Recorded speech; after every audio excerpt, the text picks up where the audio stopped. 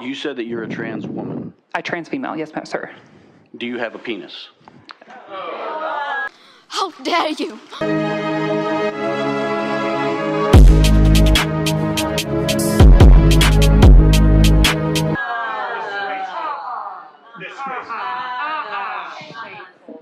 That's horrible. You're the one that brought that into the discussion. I You're the one that never brought that said into anything about genitalia. Oh, it has there- everything to do with genitalia. I don't know what my rights are for Audience. right now. Audience, if you want to stay in here, I don't know what my rights are, but that question was Ma'am, you don't highly have to- inappropriate. you do not have to answer any question. If you're through, we'll dismiss you. Well, I'm not through with questions, but I'm not going to answer that question. That's Okay. highly inappropriate. Again, you can say that, and that's your right. So, Okay, I'm a there any healthcare other- professional, are a there any other doctor. Please questions? treat me as such. Next question, please. This is why you come to Miami! Stop! This is why you come to Miami! That is a towel boy! Stop! What? You think I'm stupid? I got your name tatted on me! I got your name tatted on me! Look, you gotta stop, alright? Relax. Nobody told you to get my name tatted on you. Now you look stupid with my name tatted on your back. Relax. Come inside. Because he's not leaving and you're not leaving either. Have plus-size models for men. Joe, there is nothing that enrages me more than fat models. There is nothing that enrages me more than fat fucking models. Okay, let me just say something. As a comic, we want attention. We don't feel like we deserve it, so we make you laugh, so there's an even exchange. I get my attention, you get some joy, okay? An actor, they want attention. They're not willing to write the script, but they'll memorize some lines. They'll do a little bit of effort to get the attention. A regular model, at least she's willing to lose weight so that she can be looked at. But these fat bitches are just like, look at me.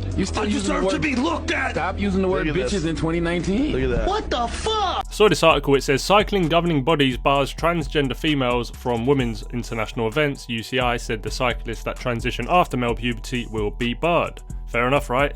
No men competing against women, that seems fair. From now on, female transgender athletes who have transitioned after male puberty will basically be barred from participating in women's events. Check this out, this is a reaction from a famous trans woman cyclist who was basically not good enough to compete with the men, transitioned into a woman and then broke loads of records. So let's check this out. Horrible.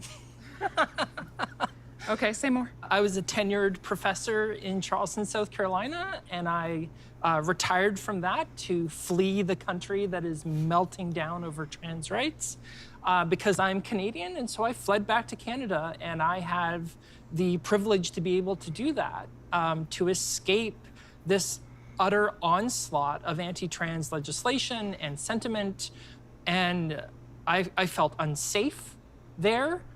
But also, just in terms of like being an athlete, I happened to become the poster girl for everyone who hates trans women athletes in sport, just because I happened to win a couple age group world championships in a sport most people didn't know existed. Okay, I'm pretty sure most people knew cycling existed. People like Joe Rogan, using like pictures of my body as like arguments against, our existence. Those women's track events are fucking dominated by men. Dominated. They're breaking world records. What was that woman's name? Rachel McKinnon. She just broke the world's record for the cycling event. And she used to be a man. I mean, you're a bigot if you don't agree with this. No, you broke the world's record. How'd that happen? Even if we can't measure it, even if none of our science has ever shown that there's an advantage for trans women. And women are losing scholarships. They're losing their ability to compete with people of their own gender. Or their own sex, their own, whatever you want to call it, whatever their fucking chromosomes. You need to have sport-specific data to justify your policy. And there has not been a single sports-specific study on trans women athletes. Okay, this person can't argue that men have an advantage over women because obviously it's undeniable. Men dominate all of the world records throughout history in virtually every single sport. You can't deny that. So this person now thinks that if you transition into a woman, that suddenly you're going to lose all them advantages. I mean, let's have a look at some of the advantages men have over women, shall we? That suggest men were designed or evolved for combat. Greater upper body strength, taller bodies, heavier bodies, higher basal metabolic rate, faster reaction times, thicker bones in the jaw, faster mental rotation of spatial visualization, more accurate throwing of objects, more accurate blocking of thrown objects, more interest in practice of combat skills, stronger bones, greater density or bone density, specifically in the arms, easier heat dissipation, more hemoglobin in the blood, higher muscle to fat ratio, larger hearts, higher systolic blood pressure, broader shoulders enabling efficient weapon use, larger sweat capacity, larger circulating blood volume, greater resistance to dehydration, tolerance for risk frame shifting, thicker skin, larger lung capacity, and greater use of physical and homicidal aggression. All biological facts. And it's also quite interesting how this person only mentioned trans women, but didn't include biological women who have transitioned into men to compete with the men. It's interesting how that was left out. Almost like this person knows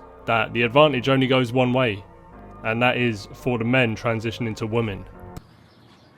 The issue is if obviously you've gone through puberty, I mean, India said it all really, and if you go through puberty, you have all the benefits of having a male body.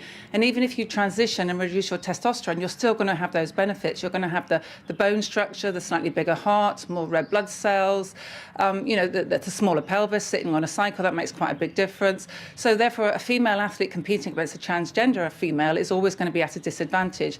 Now, I, as you said, competed in the 80s when I was with the East German system. It was a different process, but the same aim result. You stood on the block knowing that you just could not beat this person next to you, no matter how hard you trained.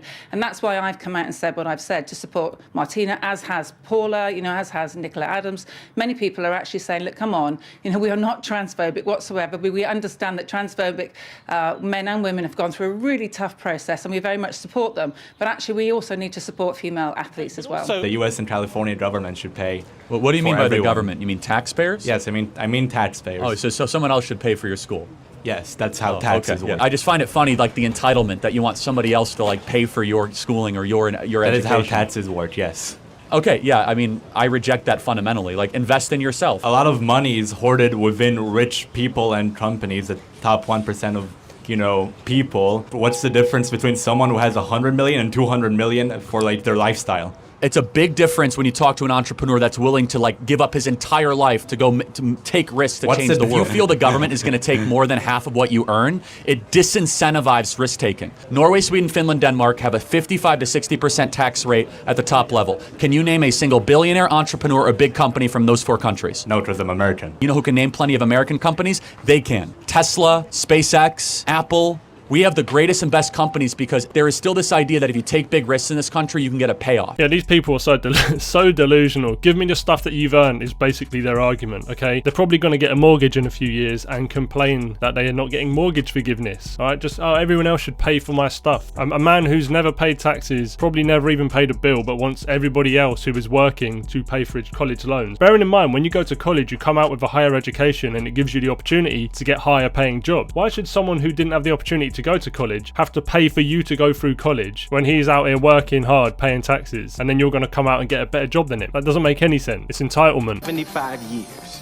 That's how much time you get if you're lucky. 75 years. 75 winters, 75 springtimes, 75 summers, and 75 autumns. When you look at it like that, it's not a lot of time, is it? Don't waste them. Get your head out of the rat race and forget about the superficial things that preoccupy your existence and get back to what's important now. Right now, this very second. And I'm not saying drop everything and let the world come to a grinding halt. I'm saying that you can become a seeker. You can be loving more. You can be taking some chances. You can be living more. You can be spending more time with your family. You can be getting in touch with the part of you that lives instead of fears, the part of you that loves instead of hates.